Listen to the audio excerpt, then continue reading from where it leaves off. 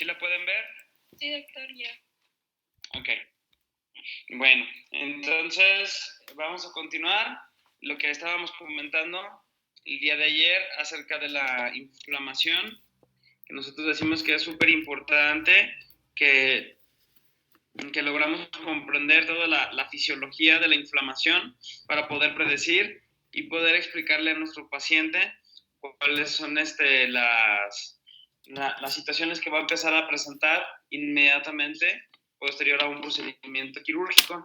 Entonces hablábamos de todos los elementos y células que llevan a cabo el proceso de inflamación.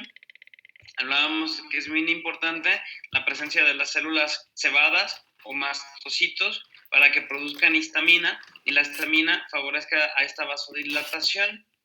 Entonces aquí este esquema a mí se me hace muy didáctico porque se alcanzan a ver muy bien aquí todas estas estructuras. Entonces aquí tenemos las células endoteliales, que son células epiteliales, escamosas simples, que revisten como si fuera un mosaico toda la pared interna del vaso sanguíneo.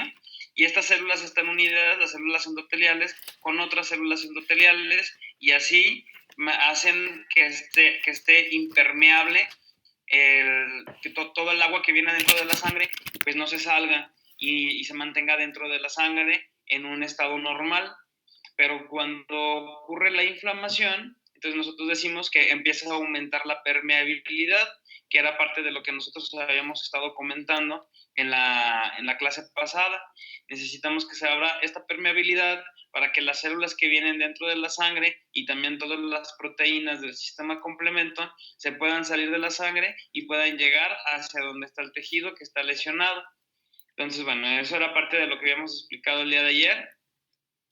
Y ahora esta imagen también nos hace referencia a lo que ocurre cuando empieza a presentarse un transudado y un exudado.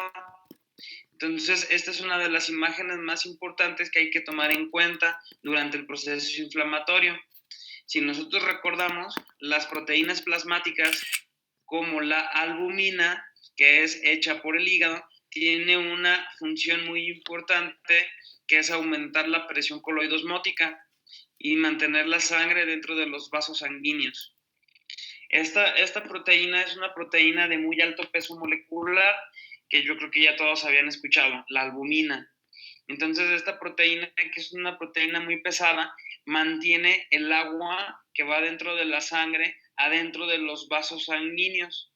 Si no existe esta proteína dentro de los vasos sanguíneos, entonces no hay una fuerza coloidosmótica, una fuerza osmótica que mantenga el agua dentro de los vasos sanguíneos y entonces el agua se va a empezar a salir. Entonces, eso ocurre, por ejemplo, en los pacientes que tienen cirrosis. Si los pacientes que tienen cirrosis presentan una situación que se llama ascitis, y la ascitis es edema en todo el peritoneo. Entonces se empiezan a poner como muy gorditos, muy panzones, porque todo el agua que está dentro de la sangre se empieza a salir y se empieza a acumular en el tejido peritoneal. Entonces no se puede quedar esa agua ahí porque puede infectarse. Entonces estos pacientes que no tienen la albumina tienen que estar yendo con el médico constantemente para que esté sacando toda esa agua que se acumula porque ellos no tienen esa proteína que se llama albumina. Entonces cuando hay un daño y empieza, pues también puede haber un daño renal. No nada más los pacientes que tienen cirrosis pueden presentar esta ascitis, también los pacientes que pueden tener insuficiencia renal. Por ejemplo, si tienes insuficiencia renal y tu riñón empieza a sacar por la orina la albumina, entonces también puede producir este tipo de ascitis. Por eso una de las principales características que tienen los pacientes con insuficiencia renal es que cuando orinan, cuando van y hacen pipí, salen muchas burbujas cuando están orinando. Entonces, estas burbujas es un signo de la presencia de albumina en la sangre, o sea que el paciente está orinando proteínas. Y esto también puede producir esto que nosotros comentamos, que se llama ascitis. Entonces, también en el paciente que tiene un proceso inflamatorio, disminuye la cantidad de esta proteína. Por eso es que se presenta un exudado y empieza a aumentar la cantidad de agua que hay en los vasos sanguíneos. Entonces, el transudado ocurre cuando el paciente tiene una enfermedad hepática o una enfermedad renal. Y el exudado ocurre cuando hay un proceso inflamatorio por vasodilatación. Esa es la diferencia entre transudado y exudado. Nosotros sabemos ya cuál es la situación normal, que todas estas proteínas deben de estar en la sangre y deben de mantener una presión coloidosmótica para mantener una adecuada presión dentro de los vasos sanguíneos. Pero puede haber un transudado o un exudado. Entonces, en el transudado, nosotros decimos que el paciente está orinando este tipo de proteínas y hay una disminución en la cantidad de albumina y eso hace que el agua que va dentro del vaso sanguíneo se salga a ser líquido intersticial y provoque una ascitis. Y en el exudado es el proceso inflamatorio, que entonces las células endoteliales, por un proceso fisiológico normal, pues se abren espacios entre células endoteliales y células endoteliales y las células, la albumina empiezan a salirse del torrente sanguíneo y provoca entonces un edema o una inflamación, que es muy característica en la cirugía de terceros molares, que nuestros pacientes presentan los cachetes de Kiko, la principal característica de esta cirugía. Y ahora ustedes ya saben por qué es, porque todas estas proteínas que mantienen la presión coloidosmótica dentro de la sangre se están saliendo y entonces se está saliendo el agua que va dentro de la sangre. Entonces, en una cirugía de terceros molares no hablamos de un transudado, hablamos de un exudado. ¿Sí va quedando claro? Sí, doc. Ok.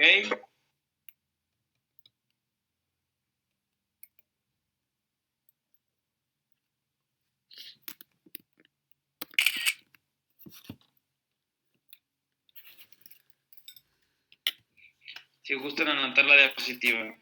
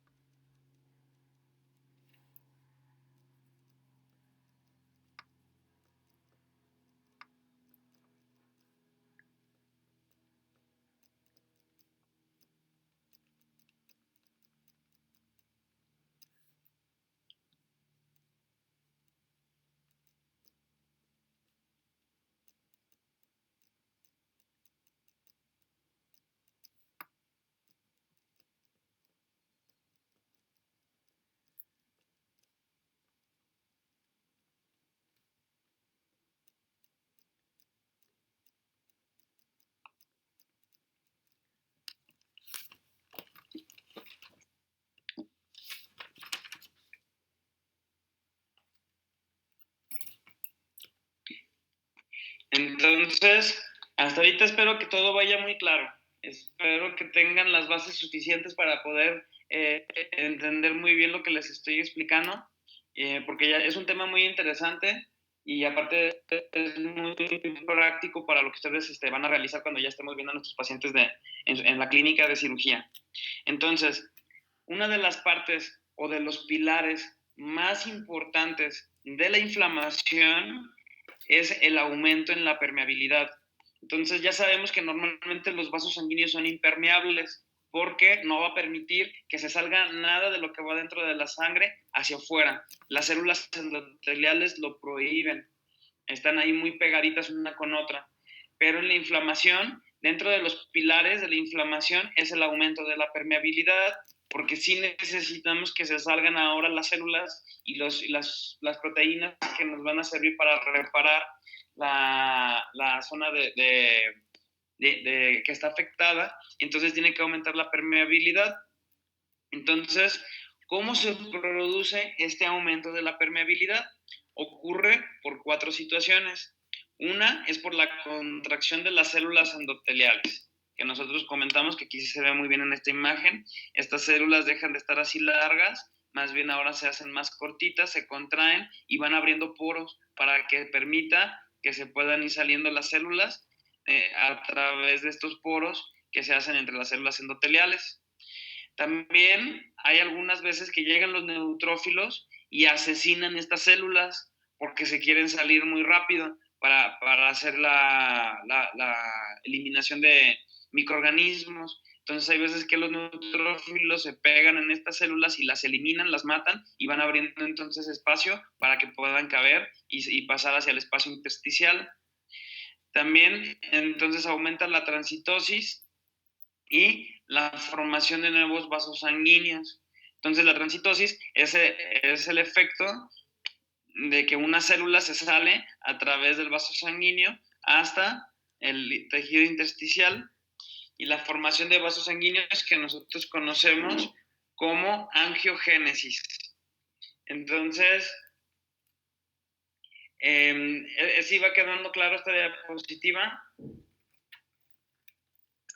Doctor, ¿me puede repetir lo del aumento de la transitosis? Ajá.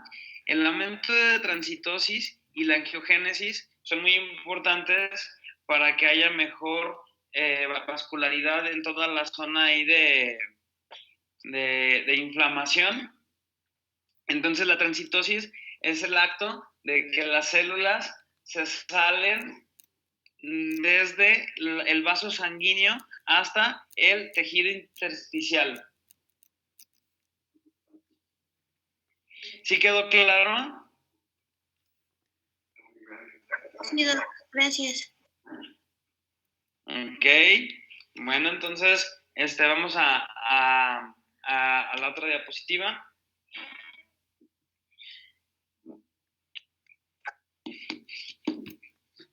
Les doy 2 minutos para que por favor anoten. En 1 minuto.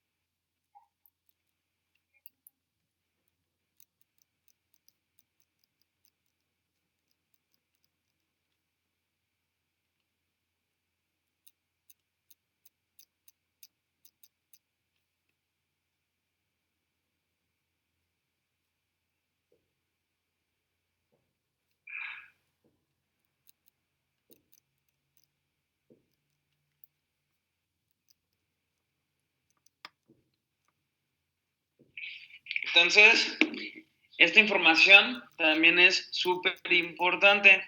Nosotros ahora decimos, estábamos hablando del transudado y del exudado. En este caso nos vamos a enfocar del exudado.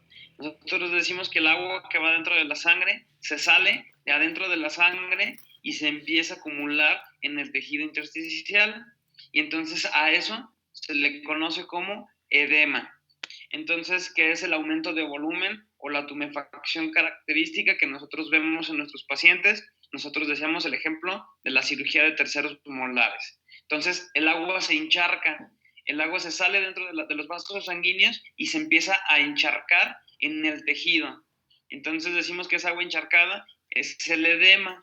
Y ahora, cuando pasa todo el proceso inflamatorio, cuando empieza a disminuir la vasodilatación, entonces, ¿ahora qué pasa con esa agua que se quedó encharcada en el tejido intersticial? ¿Qué pasa con esa agua? Entonces, esa agua ya no puede regresar otra vez directamente al vaso sanguíneo, sino que esa agua ahora va a pasar directamente hacia el tejido linfático o sistema linfático. El sistema linfático entonces es el drenaje del cuerpo, es el que permite que este edema disminuya porque se activa el sistema linfático. Entonces, entendiendo esta base, es muy importante porque cuando nosotros operamos a un paciente de cirugía de terceros molares, nosotros le decimos que es muy importante que se debe aplicar fomentos fríos o hielo en la zona de inflamación. ¿Por qué? ¿Cuál es el objetivo de enseñarle a nuestro paciente que se ponga hielo? Pues el objetivo del hielo en la fase aguda, en las primeras 72 horas, es evitar que haya demasiada vasodilatación. Entonces, si hay menos vasodilatación, hay menos edema y también es menos el dolor. Entonces, el hielo es súper importante que se lo apliquen los pacientes cada 20 minutos, todo el día, las primeras 72 horas. Después de las 72 horas, ahora el paciente ya no se va a aplicar hielo, ahora se va a aplicar calor. Entonces, cuando pasó la inflamación aguda y ahora ya nada más queda el edema, la pura el agua encharcada en el tejido intersticial, ahora nosotros le indicamos a nuestro paciente que se aplique fomentos calientes para que se termine de desinflamar y se active ahora el sistema linfático, que va a ser el encargado de realizar el drenaje de toda extravasación o todo este exudado. ¿Sí queda entonces bien claro cuál es la función del sistema linfático?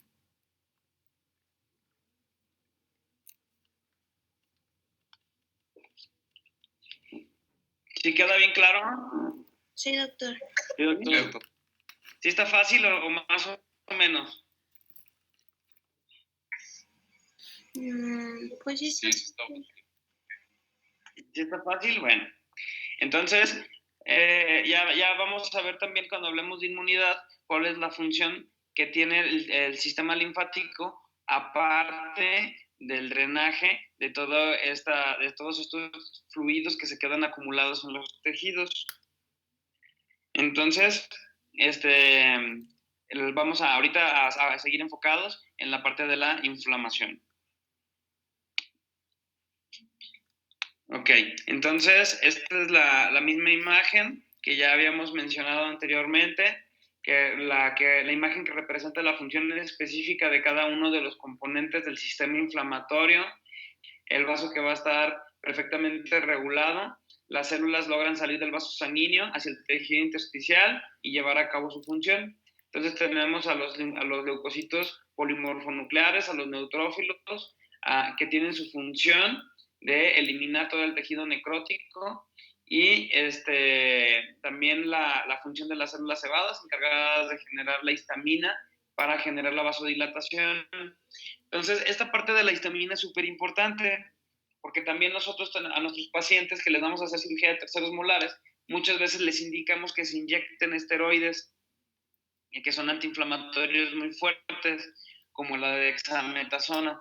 Entonces, la función de la dexametasona es disminuir la liberación de histamina por parte de las células de los mastocitos. Entonces, si hay menos histamina, si el paciente se inyecta un esteroide antes de hacer la cirugía de terceros molares, entonces este esteroide va a tener la función de disminuir la cantidad de histamina y por eso el paciente se va a inflamar menos y va a tener menos entonces dolor. Entonces, es importante tener en mente la función de la histamina y quién la produce.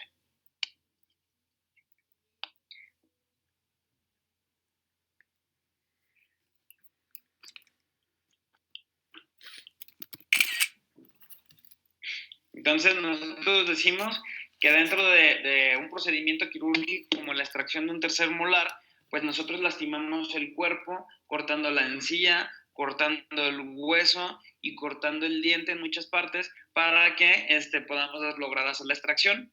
Muchas veces los terceros molares ya están muy contaminados porque han estado mucho tiempo en malposiciones dentales, tienen caries muy extensas, el paciente viene con una cavidad oral muy sucia. Entonces, cuando nosotros sacamos los terceros molares, todas estas bacterias que están en la boca van a entrar directamente hacia la sangre, hacia la zona donde nosotros hicimos la cirugía, se va a contaminar, va a haber una bacteremia.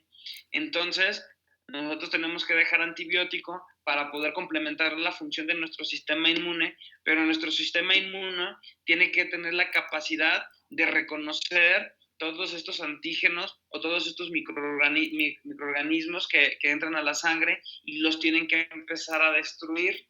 Entonces, todos esta función específica de reconocer a los antígenos la van a llevar a cabo unos receptores que se llaman receptores de tipo TOL, que son los receptores de inmunidad innata, que nosotros decíamos que la inmunidad innata es la que no es específica, la que agarra parejo, que no es específica contra cierto tipo de cosas. Cuando la inmunidad fracasa, la inmunidad innata fracasa, es cuando tiene que llegar ahora la inmunidad adquirida, que es la inmunidad especializada. Entonces nosotros decíamos que, por ejemplo, en el caso de un paciente que se expone, por decir, al coronavirus, entonces al principio, como nadie de nosotros tenemos inmunidad contra ese virus, nos sentimos muy mal porque el virus afecta directamente todo nuestro sistema. Entonces, al principio, cuando ataca nuestro cuerpo por primera vez el coronavirus, las primeras células que tratan de defendernos son todas las células de la inmunidad innata, las que no son específicas. Y luego, cuando estas células se mueren, entonces llegan las células de la inmunidad adaptativa, que son las que tienen memoria y son las que tienen la capacidad de destruir al microorganismo cuando el sistema inmune está fuerte y es funcional. Entonces, ahora pues para nosotros es muy importante que esté funcionando adecuadamente el sistema inmune, y estos receptores son los que van a reconocer a los antígenos bacterianos, fúngicos o virus, y van a llevar a cabo entonces una señalización de todo este tipo de microorganismos o antígenos, y van a desencadenar toda una respuesta inmune contra ellos, y es gracias a estos receptores que se llaman receptores tipo TOL.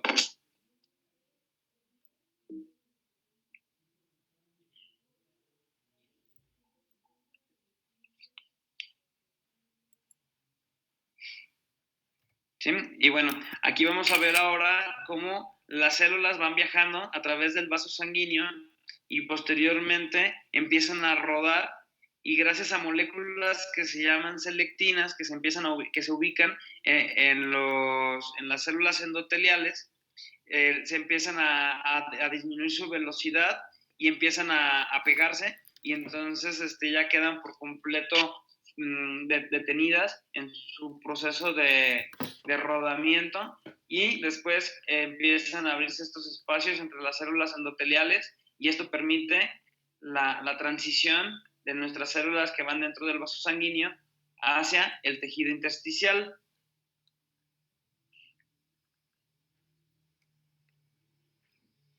¿Sí? Entonces, este proceso por medio del cual la célula sale del vaso sanguíneo, nosotros lo conocemos como diapédesis. Entonces salen por fin de nuestras células del sistema inmune al tejido intersticial con estos receptores que nosotros comentamos, que son los receptores tipo TOL, que son los que identifican este tipo de microorganismos, y entonces empiezan a fagocitarlos por medio de la inmunidad celular o por medio de la inmunidad humoral, empiezan a liberar